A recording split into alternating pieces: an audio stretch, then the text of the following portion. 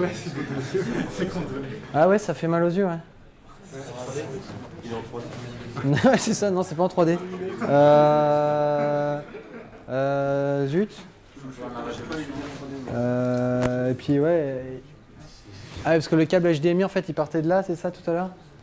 Ouais, ça va être compliqué, quoi. Bon, bah, je suis désolé, vous allez avoir un petit peu mal aux yeux. Alors, donc, j'espère que vous êtes réveillés, parce que ça va être un petit peu ardu. En plus, j'ai dû retoucher ça cette semaine. J'étais obligé, parce que je ne sais pas si vous avez suivi un petit peu l'actualité NFC et Android. Il y a eu des mises à jour. Je n'en dis pas plus pour l'instant, on découvrira tout à l'heure ensemble. Donc voilà, NFC et Android. Donc NFC, ce n'est pas New Future Communication. Hein, j'aimais bien des noms, nouvelles façons de communiquer, des choses comme ça, mais c'était déjà pris dans d'autres présentations. Voilà. Donc du coup, j'ai trouvé ça qui était à peu près correct. Qui suis-je? Bon, je pense que certains d'entre vous m'ont déjà vu plusieurs fois dans la journée, un peu partout. Moi, je suis Jean-François Garot. Je m'occupe du GDG Nantes, entre autres, et je travaille chez SQLi. Donc, pourquoi je viens parler aujourd'hui du NFC? Parce que justement, j'en ai fait à SQLi, j'en fais à mon boulot à la SNCF un petit peu. Et donc, j'ai appréhendé un petit peu la techno et j'ai un truc à présenter à la fin qui est plutôt sympa. De quoi on va parler? On va parler un petit peu d'histoire. On va globalement, ça c'est la partie où je vais vous endormir. Et après là, on va rentrer un peu plus dans le vif du sujet. Pourquoi je dis que je vais vous endormir? Parce que j'estime que pour parler du NFC, c'est bien de parler de la base du NFC, de qu'est-ce que c'est, comment ça marche, etc. Quels sont les standards. Parce que je considère que quand on veut faire quelque chose, il faut comprendre un peu ce qu'on fait. C'est bien qu'il y ait des abstractions, mais finalement, quand on fait sans savoir la base, surtout pour le NFC, je trouve que ça n'a pas trop de sens. Donc on va parler de ça. La démo, on va la zapper, parce que j'ai pas pris ce qu'il fallait. Mais bon. Concrètement, comment on code ça? Je vais vous parler d'une librairie Android. Et puis on va conclure. Ça sera. Donc le NFC, qu'est-ce que c'est? Vous êtes prêts? C'est bon? On va attaquer. Le NFC, donc, réellement, c'est Near Field Communication. En français, c'est communication champ proche. Globalement, les gens, quand ils pensent au NFC, ils pensent au paiement mobile. C'est ça le premier truc à chaque fois qu'on me cite. C'est quoi le NFC? C'est le paiement mobile. Sauf que, en fait, c'est pas le cas le plus répandu. Loin de là.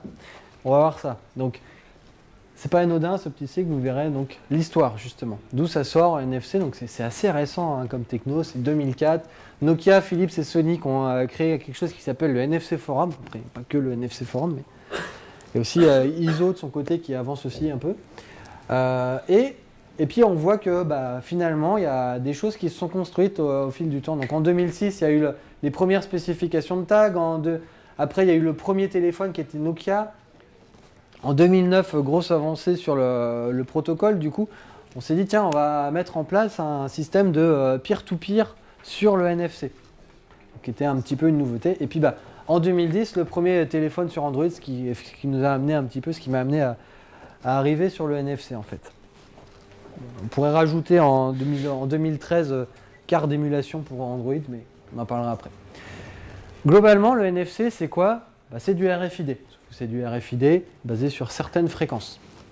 Le RFID, c'est une technologie qui est éprouvée depuis les années 80, qui est très répandue, etc. Donc ça a permis aussi de faire ça. Et concrètement, c'est sur la fréquence 1356 MHz, qui veut dire que c'est très petite distance. Et puis, c'était aussi basé sur les smart cards. Maintenant, ça c'est pour globalement en quoi ça tourne. Maintenant, il y a des standards dessus. Parce que c'est bien beau de sortir une techno, il faut peut-être dire un petit peu comment on va travailler avec, qu'est-ce qu'on va en faire, comment on va fonctionner.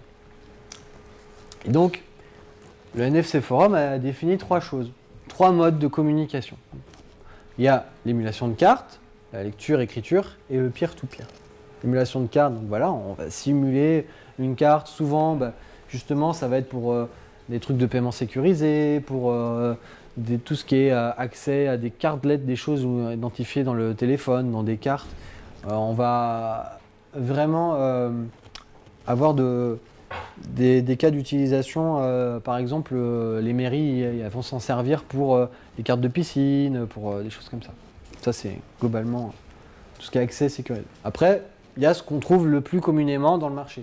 Tout ce qui est lecture-écriture de tag. Genre, je vais configurer un tag pour activer le Bluetooth dans ma voiture quand je rentre dans ma voiture. Et puis après, on va avoir le peer-to-peer. Le peer-to-peer, donc là, sur Android, ça s'appelle le BIM, mais c'est l'échange vraiment de données, clairement, entre deux devices Android. Excusez-moi, entre deux devices NFC. Voilà, globalement, c'est pas spécifique à Android, mais voilà. On peut échanger des données dans les deux sens. Reduce speed low, no, c'est important. Le NFC, c'est lent, c'est petit, c'est pas des grosses quantités de données. On n'est pas là pour faire transférer du méga. Le NFC, du fait de sa très proche proximité, donc on est dans du théorique, entre 1 et 5-6 cm. En réel, c'est un peu en dessous. C'est pas rapide. Et donc, l'idée, c'est on va s'en servir un peu. Dans les premiers cas d'utilisation qu'on a vus, c'était les remplacements des QR codes, etc. C'est pareil, un QR code, c'est une petite quantité d'informations. Et le NFC, c'est pareil. On n'est pas là pour stocker toutes les infos du monde. On est là pour stocker quelque chose de petit, éventuellement sécurisé, ok. Mais j'insiste bien sur la petite quantité d'informations. Parce que les tags sont très limités et la vitesse associée aussi. Donc pensez bien, du coup, quand vous concevez des applis, des choses en NFC, à réduire, à ne pas mettre beaucoup de données. Parce que après, vous risquez d'avoir un retour utilisateur qui sera mauvais. Et puis, il y a des protocoles, du coup. J'en ai parlé, donc il faut bien dire un petit peu qu'est-ce qu'on fait et pourquoi. Donc il y a Felica, qui se trouve essentiellement au Japon. Et puis on va avoir ISO. Donc avec ISO 14443A, ISO 443B, le 15693, NFCV, voilà. Donc c'est les correspondances en fait dans le monde Android. Pourquoi? Donc ça c'est du NFC Forum. Celui-là il n'est pas NFC Forum. Et donc en fait c'est des choses que vous allez pouvoir utiliser dans vos applis. Donc, il y a des protocoles. Après ça c'est très répandu au Japon, du coup, sur des types de tags un petit peu différents. Et là, justement, on va être dans les fameuses fréquences, les fréquences en mégahertz de tout à l'heure. Il y en a qui retrouve son tableau, là, je pense. En fait, j'ai fait mes slides en m'inspirant d'un monsieur qui est au premier rang. Alors, du coup, c'est pour ça. Globalement, qu'est-ce qu'il faut retenir dans ce tableau? C'est de voir que en fonction du type de tag, vous aurez des tailles qui ne seront pas les mêmes. Vous voyez par exemple les types 1, type 2, type 3, ils vont correspondre à un type de tag qui était NFCA, NFCB ou du Felica, etc. Et à chaque fois, on n'a pas les mêmes capacités. Donc, il faut tenir compte de ça quand on code. Et puis, du coup, hop, je vais en parler là. Il faut faire aussi attention aux tags possibles utilisés. Parce qu'on va avoir des tags qui correspondent du coup à ces implémentations-là. Topaz, MyFair, Ultralight. Et des fois, il faut se méfier aussi un petit peu sur d'autres choses. C'est que certains des tags que vous allez utiliser, si je prends un exemple MyFair classique, qui est un tag très répandu, il n'est pas forcément dans le NFC Forum. C'est un léger dérivé de l'ISO 14443A. Résultat, il est partout, mais pour autant, tous les téléphones Android ne vont pas le lire. Parce qu'il n'est pas NFC Forum à 100%. Un petit peu embêtant. Donc, quand vous faites des choses, du coup, il faut tenir compte à la fois du matériel, de ce que vous ciblez, etc. Il faut essayer, on va dire, pour toucher le maximum de monde, de rester au mieux dans les standards. Même si vous verrez dans la pratique que le classique est très répandu, c'est tentant de l'utiliser parce qu'il a des capacités de stockage plus élevées. Et ben des fois, il ne faut peut-être pas. Parce que du coup, vous savez que vous allez restreindre votre population. Alors, je dis ça, ça dépend. Hein. Là, moi, c'est un Nexus 4, par exemple, il n'est pas capable de lire le MyFair classique. Après, un Galaxy S, enfin les Samsung Galaxy S3, 4, eux, ils les lisent. À voir après en fonction de ce que vous ciblez, etc. Et puis, pour communiquer avec tout ça, il y a quelque chose, on s'est dit, bon, ok, on a une petite quantité de données à faire transférer. D'accord? Est-ce que ce ne serait pas plus judicieux d'essayer de gagner de la place? Comment on va faire pour gagner de la place? On va utiliser un format qui va s'appeler le NDEF, NFC Data Exchange Format, qui est donc composé comme ça. Il y a un NDEF message qui va contenir N NDEF record. Et dans chaque NDEF record, vous avez un header qui définit comment et qu'est-ce que vous manipulez, et un payload qui correspond à votre donnée, globalement. Donc, ce format, l'objectif, c'est gagner de la place, et puis aller vite aussi dans l'identification, etc. Globalement, là, je vous montre un header. Il y a MB, ME, CF, SR, donc là, c'est pour ça que je vous dis que je vous endormirai. IL, TNF, tout ça, c'est des informations qui vont vous permettre d'identifier quelle est la place de votre tag, comment il est mis, etc. MB, message begin, c'est pour dire si c'est le premier message dans mon NDEF et que c'est dans mon NDEF message, etc.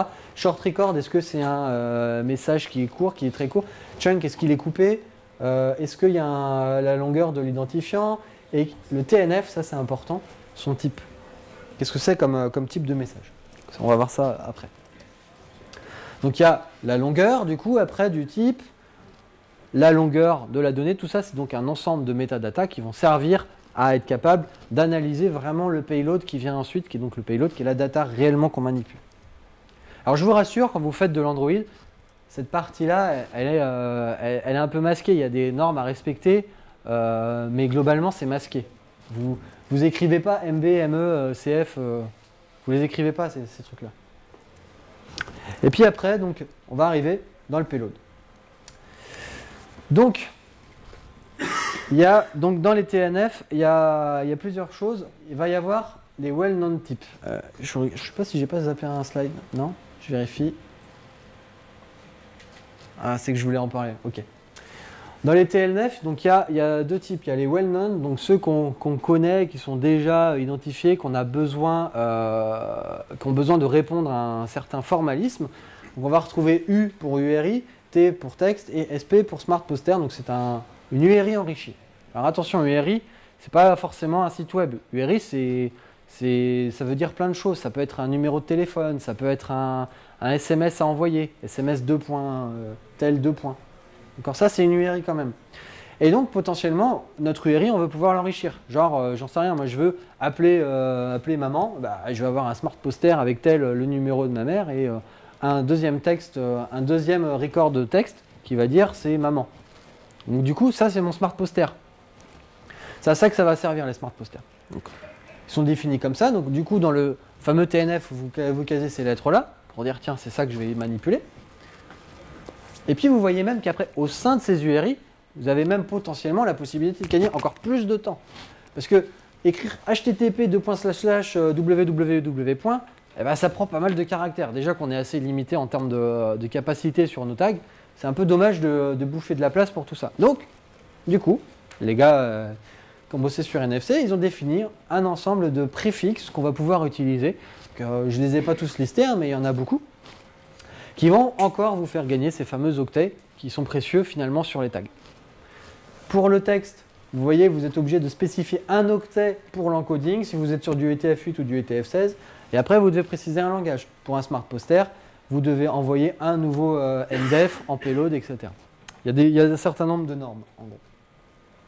Et puis, il y a un autre truc qui est intéressant, qui est, on va dire, un peu plus un cas d'utilisation entreprise, ça va être l'external type. Parce que potentiellement, ok, c'est bien d'avoir un truc texte, mais ça me plaît pas. Enfin, moi, j'ai plus envie d'avoir un truc à moi, je sais pas, juste un truc à moi, quoi. Donc, je vais créer l'external type. C'est un type que je connais pas, mais il va avoir son code. Du coup, en gros, notre type va être external type, et nous, après, on le reconnaît, on sait ce que c'est. On va pouvoir lui donner un identifiant.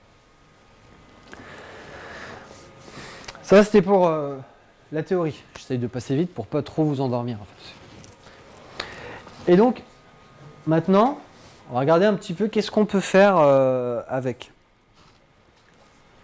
On a différents usages.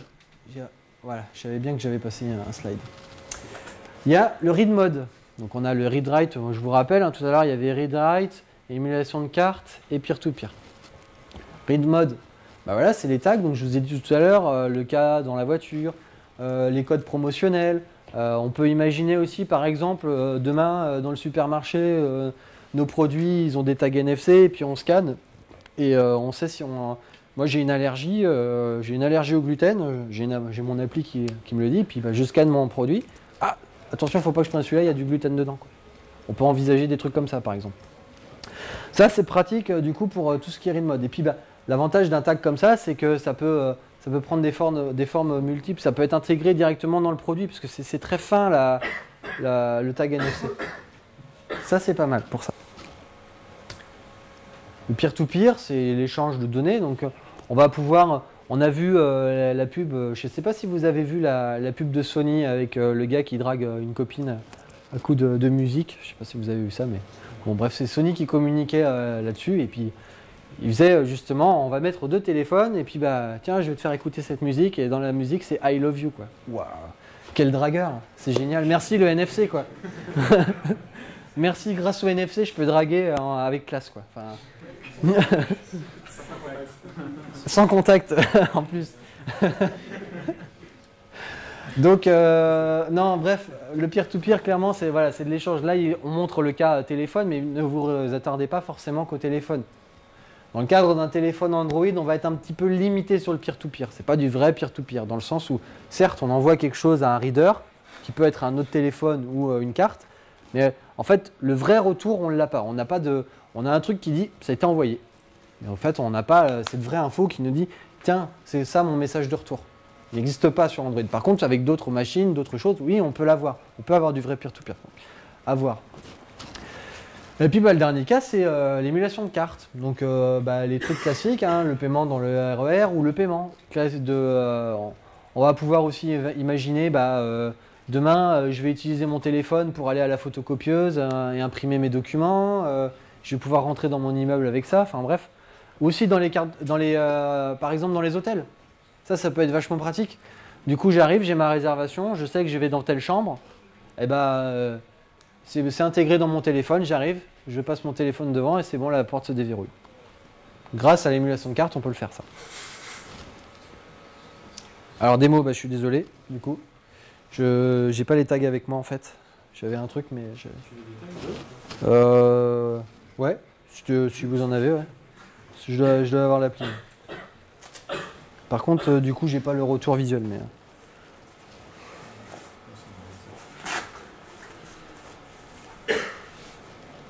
Ah ouais. Attends, c'est quoi que... Ils sont initialisés ou pas? Bon, on va voir. Alors attention, c'est live coding là, c'est démo en live, je prends des risques. Hein. On va voir. Attention, init tag. Il est où? Oh là, IO exception. Je pense qu'ils sont pas initialisés. D'accord, c'est possible. Ouais. Oups, mauvaise lecture. Bah oui, je suis d'accord. Je suis plutôt d'accord. Écrire un tag, effacer le tag. Ah, voilà.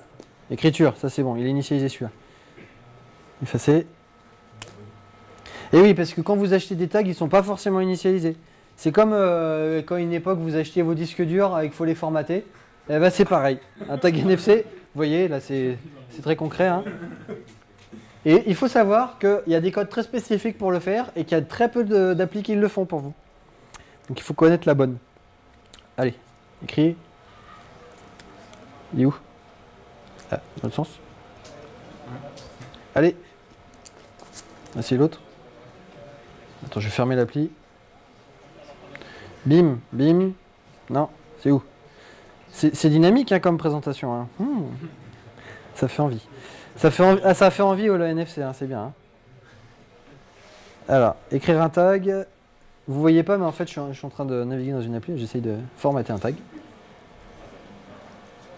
Et j'aime bien le côté capricieux du tag. Bon. Je pourrais pas aller jusqu'au bout de ma démo. C'est dommage. Bon, bref. Ça peut le faire normalement. Hein. Quand les tags sont initialisés, du coup, c'est quand même un petit côté rapide. Je vais 30 tes tags quand même. Accessoirement, ça peut être.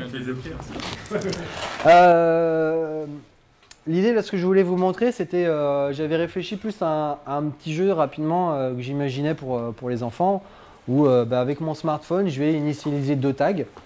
Et puis après, quand je vais scanner un tag, je vais avoir un cri d'animaux qui va. Et puis il va falloir que je sache quel est le bon. J'ai 2 photos qui apparaissent et du coup, il faut que je dise à quel animal correspond ce cri, quoi. Donc ça, voilà, c'est ludique, etc. Et puis c'est encore un autre cas d'utilisation. Je vous jure, ça marche.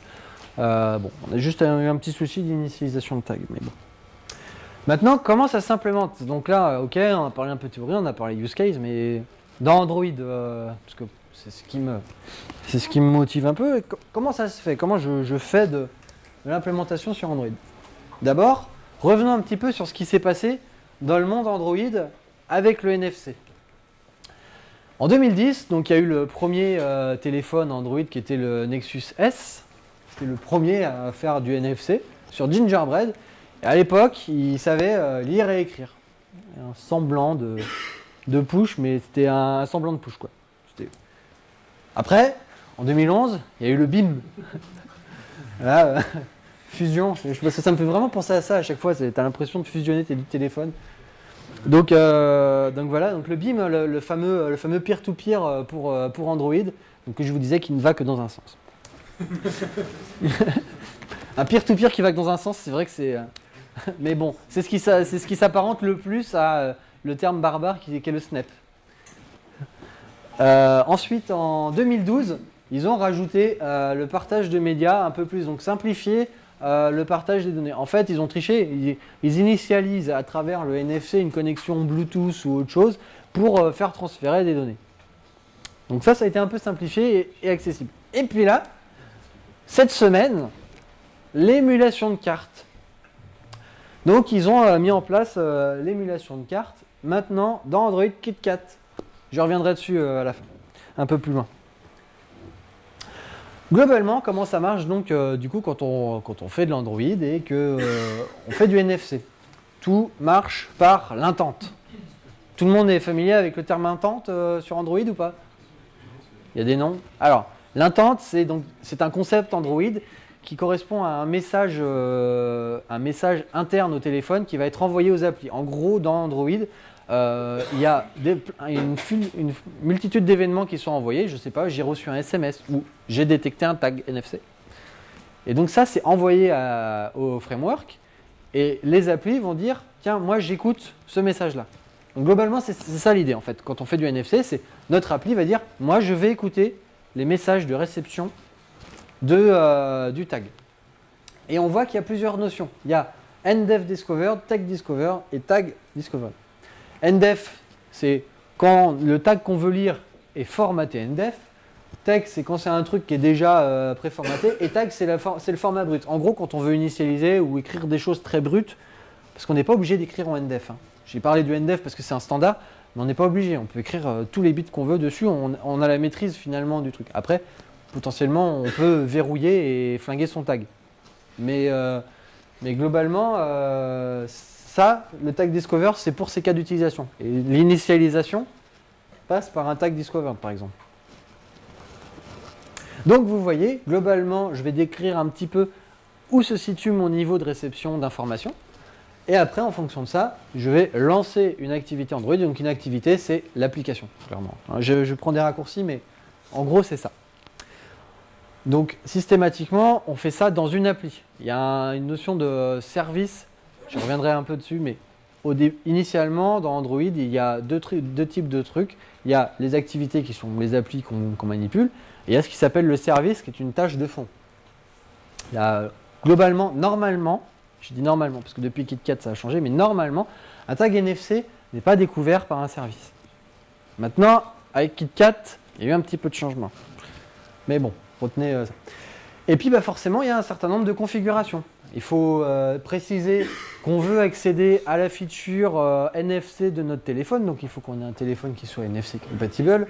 Et puis, Il faut aussi qu'on demande une permission d'accéder à l'API NFC du framework Android, parce que sinon ça ne marche pas. Et puis il y a une version minimum requise. Je vous ai parlé de 2010. 2010 c'était Gingerbread, donc version 10 de l'API. Ceux qui sont pas Android, c'est pas grave, vous ne comprendrez pas, mais les autres, ça vous parle. Je veux dire, c'est pas hyper important. Vous regarderez ces slides a posteriori et puis vous direz « Ah, c'est ça qu'il voulait dire ». Et puis, il y a plusieurs façons de faire. Il y a la réception de tags, la lecture, l'écriture, et après, il va y avoir le BIM et enfin l'émulation de carte. Donc là, on va passer sur chacun de ces modes. La réception de tag, c'est la lecture. C'est comme ça qu'on doit déclarer un tag qu'on veut lire. Donc je vous ai ça clairement, c'est dans mon fichier de metadata dans mon application Android. Et je vais donc spécifier, donc j'ai my use permission qui me permet de dire j'accède. Et donc on retrouve le fameux NDEF discovered. Donc là par exemple, je vais lancer une application quand je découvre un tag qui porte le lien http://sqli.com. Bon, ok, très bien. Donc en gros, dès que je vais scanner un tag avec l'URL de ma boîte, et ben, ça va m'ouvrir mon appli. Maintenant, ça c'était côté metadata. Maintenant, il faut faire un petit peu de code quand même pour le lire ce truc. Dans le cycle de vie d'une application, Android, je ne vais pas non plus faire un cours Android, mais Android, en gros, pour chaque application, il y a un cycle de vie à prendre en compte, parce que les applis vivent, sont à l'écran, cachées, etc. Bref, il y a des méthodes à prendre en compte quand on fait du NFC, parce qu'on va manipuler un objet externe qui s'appelle le NFC adapter. On va récupérer, et donc on va s'enregistrer auprès de lui. Et de même, du coup, ça veut dire que quand on n'a plus besoin de cet objet, quand on sort un petit peu du scope, eh ben, il faut penser à se désenregistrer. C'est ce qui se passe ici. On pause, voilà, c'est plutôt assez clair comme méthode, je pense. Je vais quitter un peu mon appli. Et ben, j'arrête d'écouter ce qui va se passer et ce que le NFC va m'envoyer. Inversement, on résume, je vais écouter un intent particulier, donc le fameux, par exemple, intent de SQLi. Je vais l'écouter, et tant que mon appli est active, je vais scanner, je vais faire quelque chose dessus. Et puis après, il faut lire l'info. Ok, c'est bien beau, j'ai dit je m'inscris, patati patata. Maintenant, il faut lire. Donc, je récupère mon fameux objet intent, donc ça c'est un truc Android. Là, je sais que je suis sur action NDEF discovered, donc je suis dans un NDEF. Je vais récupérer des métadatas, et bref, blablabla, je dépêle plein de trucs parce qu'il faut que j'ai un NDEF message, mais j'ai des NDEF record, vous vous souvenez tout à l'heure. Et donc je vais analyser sur un NDEF record quelle est la donnée. Vous voyez, je suis obligé d'un petit peu dépiler pas mal de code pour arriver finalement au cœur de ma donnée, qui est là, le record ici. Et à partir de là, bon bah voilà, j'en fais ce que je veux. Maintenant, ça c'était la lecture, il y a l'écriture. L'écriture, idéalement, donc je vous ai parlé tout à l'heure de l'écriture des tags, j'en parle pas, moi je parle que du NDEF, je trouve que c'est un peu plus standard, bon, ça veut pas dire qu'il ne faut pas en faire, mais globalement, quand vous voulez écrire des messages NDEF, eh ben, il faut créer un objet NDEF message qui est fourni par le framework Android. Donc là, on va retrouver quelques règles qui correspondent tout à l'heure à ce que j'ai pu vous dire dans la partie théorie. On va retrouver, donc vous voyez, un NDEF record qui est de type TNF well-known type. Je rappelle tout à l'heure les types connus pour gagner du plein, qui est de type RTD URI. Donc là, je vais déclarer. Donc vous voyez, la fameuse déclaration du header, au final, elle se résume en ça. Well-known type URI. C'est quand même beaucoup plus simple que toute la théorie qu'on a pu voir tout à l'heure avec l'histoire des MB, ME, etc. Je vais pouvoir potentiellement spécifier un ID, parce que j'ai envie potentiellement de donner un ID à mon tag. Et puis, j'ai mon payload. Mon payload qui, lui, va contenir, on retrouve les fameux chaînes de caractères de tout à l'heure qui me permettent de gagner de la place. Ça doit être http://. Je ne le connais pas par cœur, mais ça doit être celui-là. Et comme ça, mon payload, il se concentre juste à balancer cette donnée-là et après mon sqli.com. Tout ça, je le compacte dans un NDEF message. Et ça y est, je viens de créer mon premier NDEF message que je vais pouvoir après écrire. Et pour l'écrire, il faut faire quoi? Il faut redétecter un tag via un intent. Donc, j'ai préparé mon NDEF message. Et je vais écouter maintenant l'arrivée d'un tag pour écrire dessus. Et donc, c'est ce qui va se passer. Donc là, j'ai passé la déclaration de l'intente, hein, mais c'était la même que tout à l'heure. Sauf que sur la réception de mon intente, au lieu de le lire, j'écris. Donc mon intente, vous voyez, je vais récupérer une info qui s'appelle extra tag. Et sur ce tag, je vais écrire mon ndef message en fait. Donc voilà, du coup là j'écris. Après le BIM, il faut rajouter un petit peu plus de trucs. Le BIM, en plus, il faut rajouter une metadata supplémentaire. Donc il faut dire qu'on désactive le fonctionnement par défaut de BIM. Parce que par défaut sur Android, quand vous faites du BIM, qu'est-ce qui se passe? Vous partagez l'appli courante. C'est-à-dire, je suis dans mon appli à moi qui est NFC. J'ai pas encore surchargé le mode BIM. Je veux faire du BIM avec un collègue. Et ben ça va lui proposer de lancer l'appli s'il ne l'a pas, ou alors d'aller sur le market la télécharger. À la limite, c'est sympa pour d'autres types d'applis. Enfin, je veux dire, quand notre appli elle n'a pas besoin d'être NFC et puis qu'on veut la partager rapidement, bah voilà, et du coup, ah tiens, t'as pas mon appli, tiens, regarde, je te bim ça. Et puis lui, il va instantanément on va lui proposer d'aller sur le market pour aller le récupérer. Pourquoi pas? Mais maintenant, moi, je veux faire quelque chose d'autre. Je veux pas qu'on partage mon appli, je veux partager l'info de mon activité. Donc du coup, je suis obligé de dire que je veux désactiver ça. Et là, l'écoute n'est pas tout à fait la même. On n'écoute pas de la même façon le foreground. On écoute un message de push. Donc là, on fait comme ça qu'ils ont appelé ndef push message callback. Donc en gros, on va écouter l'arrivée d'un autre device, pour le coup Android là, mais ça peut marcher aussi avec des readers classiques. Et à partir de là, on va se retrouver dans un mécanisme de callback. Bon, j'ai pas mis le code, mais dans lequel on va finir par passer notre ndef ou notre autre donnée. L'inconvénient, c'est ce que je vous disais tout à l'heure, c'est du peer-to-peer à un sens. En gros, j'ai envoyé mon message, mais j'ai pas ce retour qui me dit ouais, je l'ai vraiment bien reçu ou bah tiens, j'aurais voulu te renvoyer ça. Ça, je l'ai pas. Un petit peu dommage. Et dernier truc, c'est la carte d'émulation. Donc ça, c'est arrivé cette semaine. Je vais ouvrir un peu parce qu'il fait chaud. Hop, on va essayer de créer un petit courant d'air. L'émulation de carte. Donc avant, quand on voulait travailler avec de l'émulation de carte et qu'on voulait faire du sécurisé, eh ben, il faut avoir ce qui s'appelle un Secure Element, qui est une garantie de contexte sécurisé de manipulation des données. Donc il y a deux types de choses. Il y a soit inclus directement dans le matériel, donc dans le processeur, on a quelque part sur notre téléphone une brique qui est un Secure Element, soit ce que propose par exemple Orange ou d'autres opérateurs. Ce Secure Element, il est inclus dans la carte SIM. Et donc l'idée, c'était de dire que finalement, pour communiquer et échanger les données de l'émulation de carte, on va passer systématiquement par ce Secure Element. Ça, c'était le modèle actuel, avant, mais qui nécessitait de customiser une ROM, etc.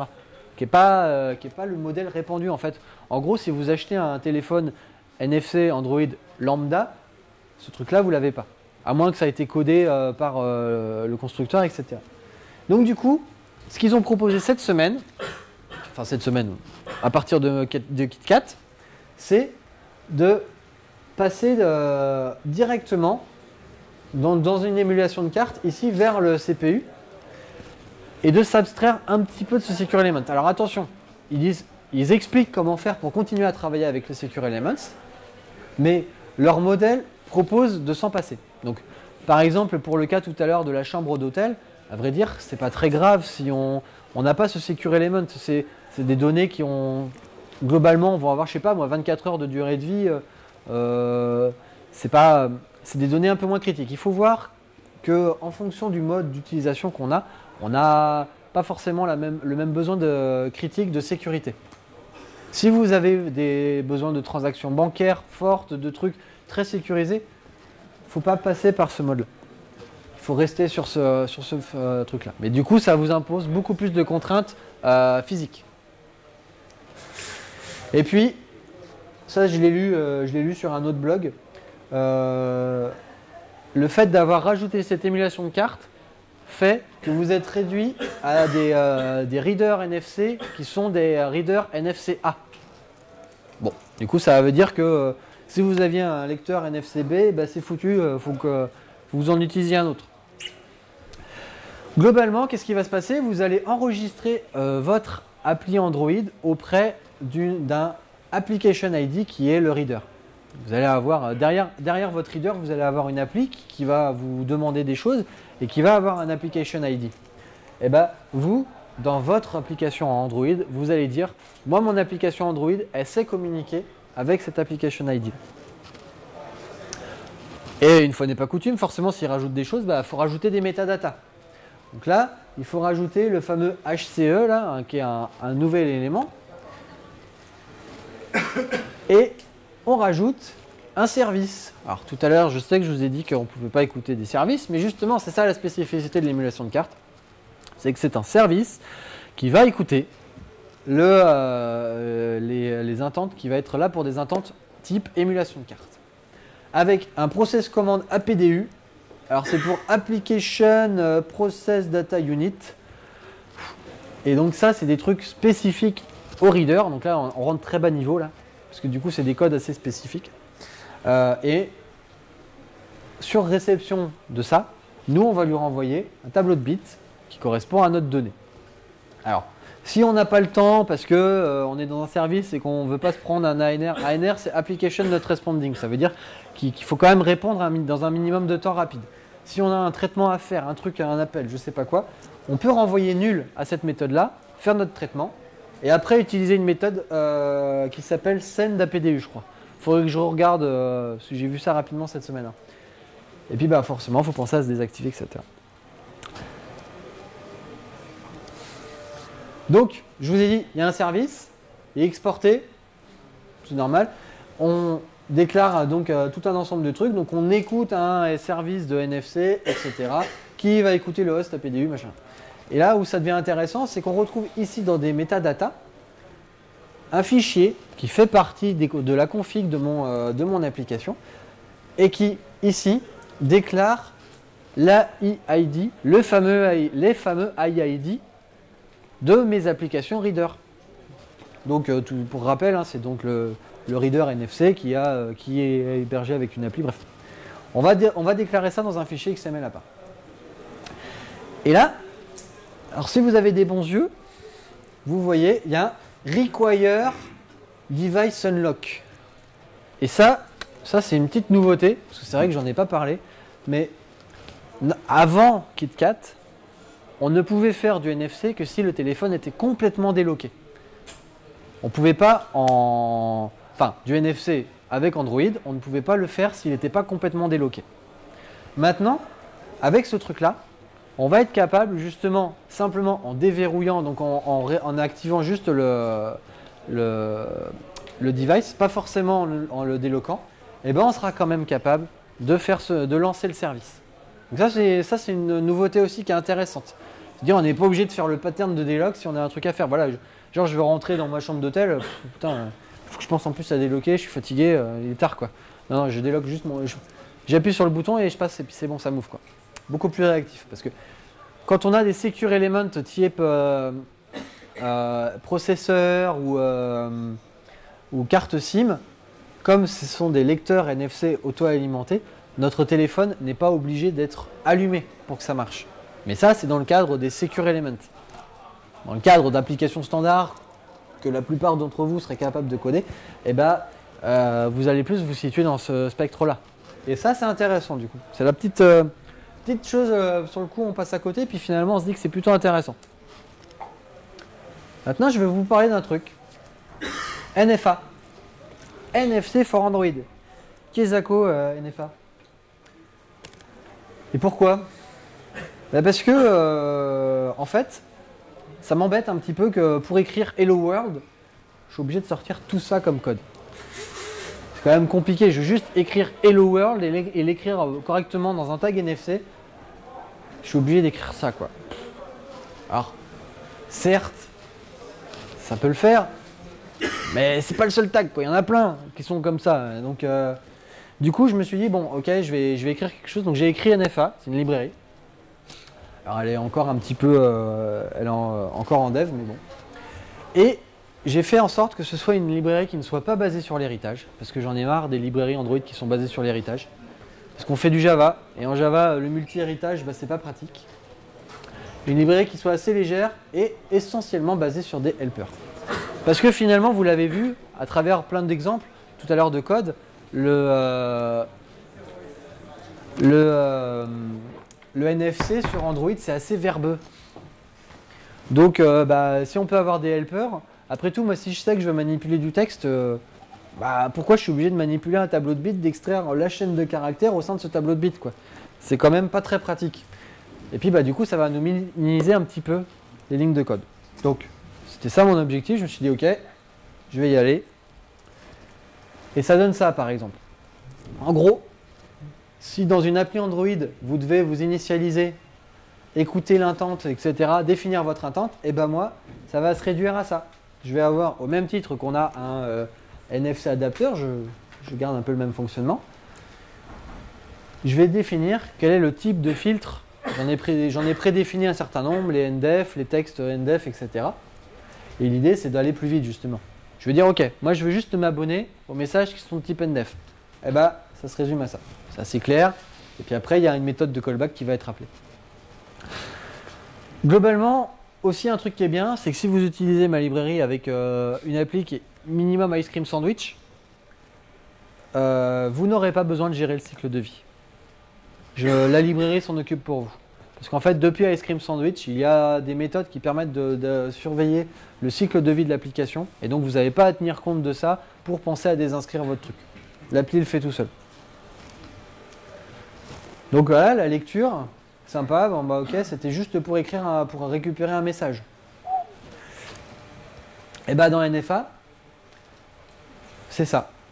Mais là, ce que vous ne voyez pas, comparé à ce slide-là, c'est que ça, c'est juste la description du record. Je ne sais pas si vous vous souvenez tout à l'heure, toutes les étapes que j'ai eu à étaler avant d'arriver à ce fameux record. Donc là, c'est juste la lecture du record. Et bien en fait, dans ce bout de code-là, il y a tout. La détection, la réception et la lecture du record.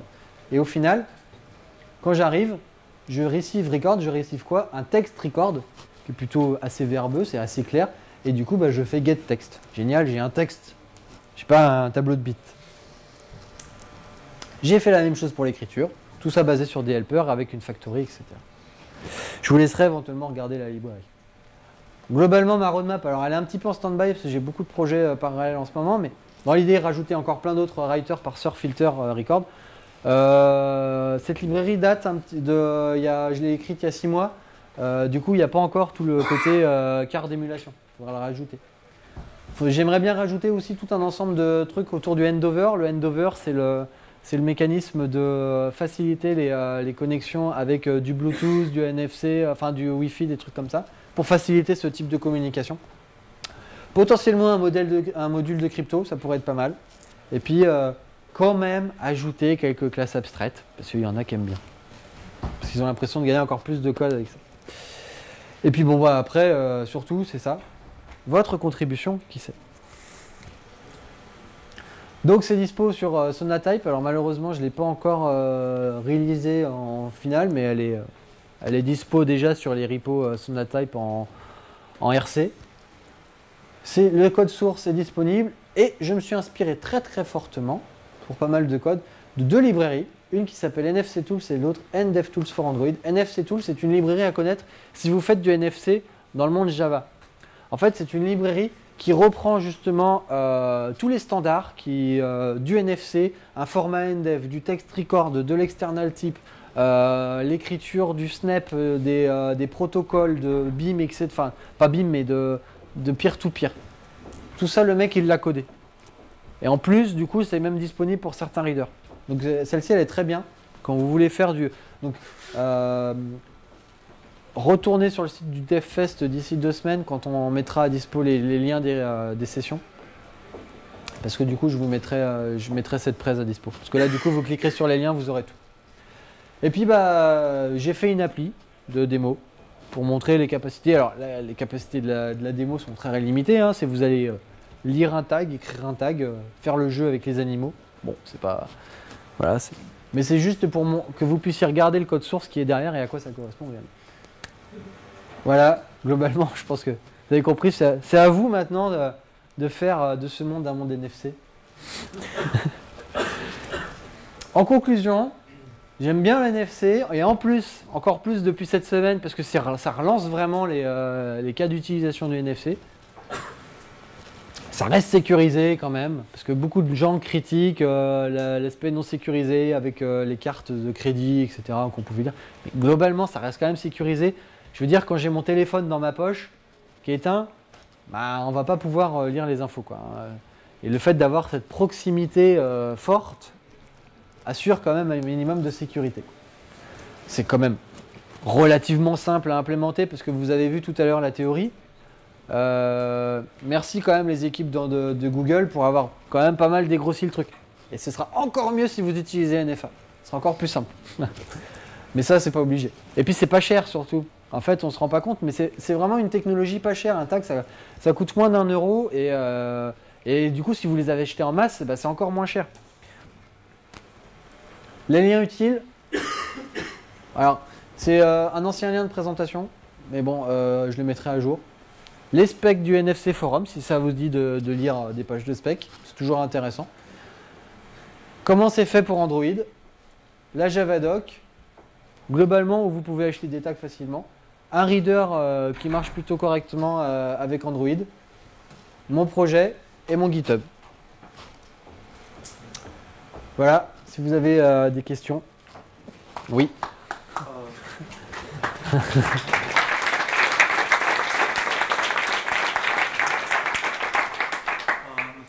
J'ai deux questions.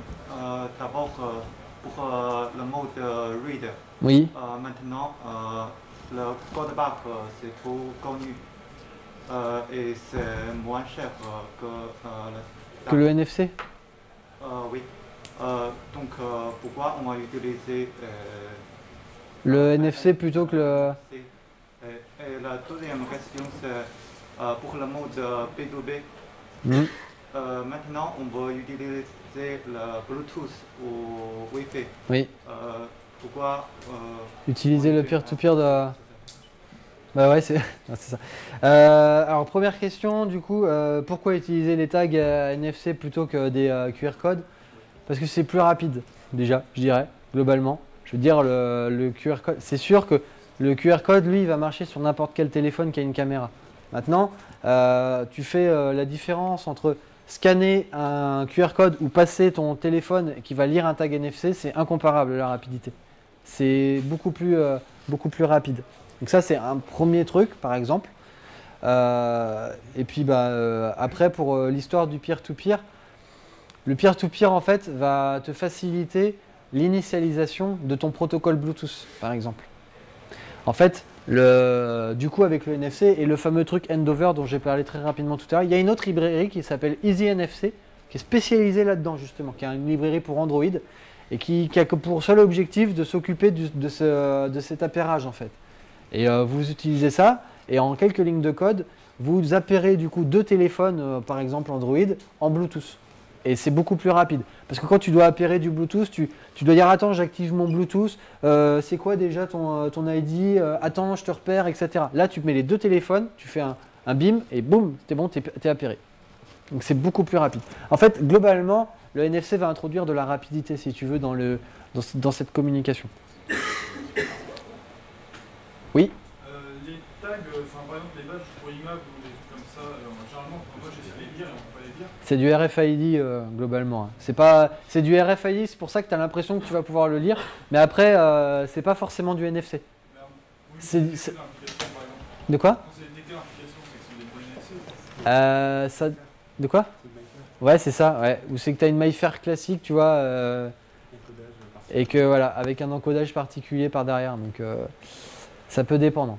Et je voulais savoir, est-ce que c'est possible d'encrypter ce qu'on écrit sur un tag de manière à ce que ne puisse pas le lire, quelqu'un qui pourrait le lire ne puisse pas le lire?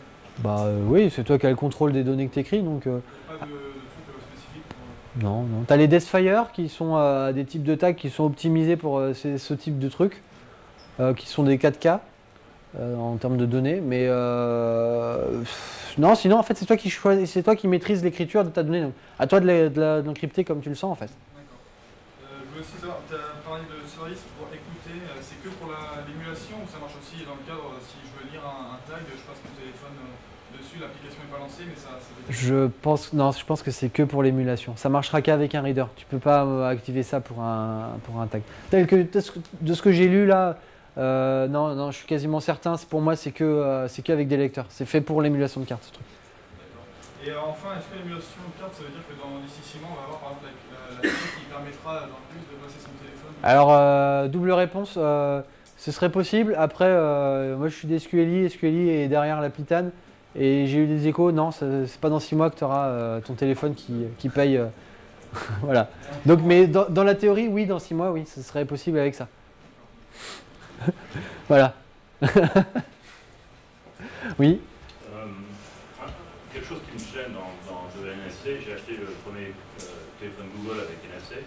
Je crois que j'ai dû lire une tag avec. Ouais. Ce qui me gêne beaucoup, par contre, c'est que ça a l'air d'être un objectif fuyant, quoi, qui bouge sans arrêt. Ce que je vois, c'est qu'il faut toujours la dernière version du téléphone et d'Android. Est-ce que ça dépend de tes cas d'utilisation après. Tu vois, sur l'aspect read-write de tag classique, c'est vrai qu'aujourd'hui, moi, le NFC tel que je m'en sers, pour l'instant, je m'en sers que pour, de temps en temps, partager des contacts quand je suis dans des conférences comme ça, parce que c'est plus facile de partager mon contact à travers BIM. Mais sinon, le gros cas d'utilisation, c'est ce que je disais tout à l'heure, je vais dans ma voiture, je scanne le tag et c'est bon, mon téléphone est connecté à mon autoradio, quoi. Mais tu vois, un des cas les plus répandus dans le public reste quand même la lecture-écriture. Après, maintenant qu'il y a l'émulation de cartes, c'est vrai que je dis pas. Ça fait en sorte que ça donne envie d'aller plus loin et de rajouter des cas d'utilisation. Donc là, oui, en effet, il va falloir KitKat. Mais donc c'est pas on peut pas rétrofiter la librairie. Ça, non. Parce qu'il y a des trucs trop bas niveau. Ou alors, il faudrait que tu installes une custom ROM, etc. Qui, en soi, de base, tu as le chipset qui lit le NFC. Mais c'est les mêmes chipsets ou ils ont changé de chipset? Dans mon expérience, l'électronique change au fur et à mesure, quoi. Donc, là, j'avoue, je sais.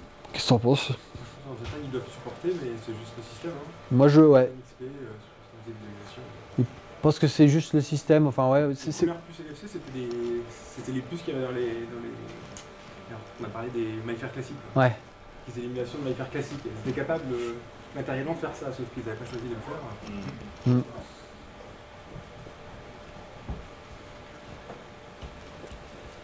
D'autres questions?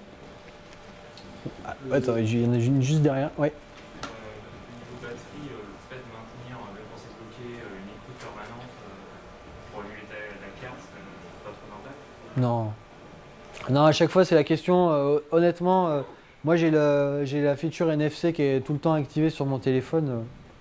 C'est vraiment pas ça qui consomme. Hein. C'est la 3G, tous les trucs que je fais à côté. C'est pas le fait d'avoir du NFC qui consomme. Les gens ont peur de ça, mais non. Attends, juste. Du coup. Je voudrais juste rebondir là-dessus. Ah. Avant la carbonation, parce que le chipset est éteint quand le téléphone est verrouillé. Ouais, mais du coup. Ce qu'ils font là maintenant sur le chipset, logiquement, il est allumé pour justement faire de l'émulation, pour le réveiller. Bah, comme un service classique. Après, à mon avis, ils ont dû optimiser un peu le process du. Parce qu'au final, quand ton écran est déverrouillé, c'est le moment où tu peux. On va dire que tu réveilles ton système dans les deux cas, globalement. Hein. Et donc, que tu écoutes, tu vois, que tu sois vraiment full déverrouillé et que tu sois en permanence en train d'écouter un message NFC ou qu'au contraire, tu as le service. Non, ce que je veux dire, c'est que Google a mis en avant le fait que dans leur implémentation du NFC, quand ton téléphone est verrouillé, écran éteint, Ouais. le chipset était non alimenté. Oui. Le fait de pas l'adapter. Et du coup, là, avec l'élimination de carte, logiquement, il alimente le chipset en train de pouvoir justement réveiller un service. Ouais. Je sais.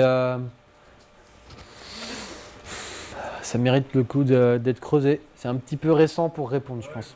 C'est un peu juste et j'ai pas du tout j'ai pas de KitKat en main, donc ouais, je sais pas. Je sais pas. Alors moi, c'est moins une question technique, c'est plus une question de pérennité. Moi, j'ai vu qu'il y avait pas mal de normes qui se croisaient. J'ai vu aussi qu'il y avait des fabricants de tags qui rajoutaient une surcouche propriétaire. Ouais. Bon, en général, quand ça commence comme ça commence mal. En général. Du coup, ça a commencé comme ça, après ça s'est rétabli. Ouais. Je vois que le NFC, ça part bien comme ça. Est-ce qu'à un moment donné, il va y avoir un acteur fort sur le marché, peut-être Google, qui va un petit peu siffler la fin de la récré ou on va continuer comme ça, avec des librairies et des... J'avoue que pour l'instant, je peux difficilement te contredire. Hein. C'est un petit peu le problème du NFC, c'est que tout le monde... En fait, le truc c'est que si tu veux, par derrière le NFC, tu as tellement dans le jeu, tu as un petit peu la pépite, tu vois, de se dire, tu as le paiement mobile. En fait, c'est vraiment ça le truc, c'est le paiement, en fait, qui est un petit peu la carotte pour tout le monde, et de se dire, tout le monde veut ses sous. Les constructeurs veulent leurs sous en rajoutant le Secure Element, les opérateurs veulent leurs sous en rajoutant leur Secure Element, et les banques veulent leurs sous en rajoutant les Secure Element. Et même les systèmes d'exploitation veulent leurs sous parce qu'ils ont implémenté le software. Résultat, tout le monde veut des sous sur ce truc-là, et chacun tire de son côté en disant non, attends, c'est mieux qu'on fasse ça comme ça, etc. Donc aujourd'hui, c'est vrai, ça tire un petit peu dans tous les coins. Mais quoi ? Sur ta grading, ça va. Bah, ouais, sauf la partie read. Mais bon, voilà, c'est pas la plus intéressante. Globalement, c'est vrai que c'est ce qui est reproché au NFC et pour l'instant, on peut difficilement contredire. Là, en Android, Google a pas mal bousculé le truc. Ils ont fait ce que BlackBerry avait fait déjà il y a quelques temps, mais c'est vrai que BlackBerry n'a pas la même percée qu'Android. Le fait que tu vois, ça arrive sur Android, ça a quand même un impact beaucoup plus fort pour l'introduction de l'émulation de cartes. Donc on peut espérer quand même que ça va changer les choses. Clairement, dans le fond, sur la partie Secure Element, c'est pas dans un an que ça sera débloqué, quoi. Enfin, je serais très surpris. Oui. Une question là, sur le système en fait, où le Secure Element est remplacé. Ça veut dire qu'après, en ce qui concerne le billing, c'est remplacé par un service qu'il faut appeler type Google Wallet ou autre. Alors j'ai pas approfondi. Je te cache pas que j'ai pas approfondi. Le Secure Element, ça va être par l'opérateur de SIM ou autre, où là, il va y avoir de crédit. C'est-à-dire que dans ce cas-là, il n'y a pas plus de... Alors, qui c'est qui paye au final ? dans ce qu'ils ont mis sur le site, c'est ils ont remis le slide en fait où j'ai mis les schémas là où tu avais d'un côté le Secure Element et de l'autre le truc qui va tout droit. Ils ont rajouté une troisième partie encore pour dire ok, tu as les deux. Tu as notre machin et tu as en plus l'aspect Secure Element. Comment ça communique les deux ensemble. Ils ont prévu sinon de base dans le truc en ligne droite des histoires de catégories qui vont définir ce qu'ils appellent le paiement, mais c'est flou. Voilà, c'est sorti mardi, j'étais à fond sur le DevFest, j'ai complété ma prose pour vous rajouter ça, j'ai essayé de lire ce que je pouvais, mais là je suis vraiment pas assez compétent sur ce sujet-là pour te répondre vraiment bien.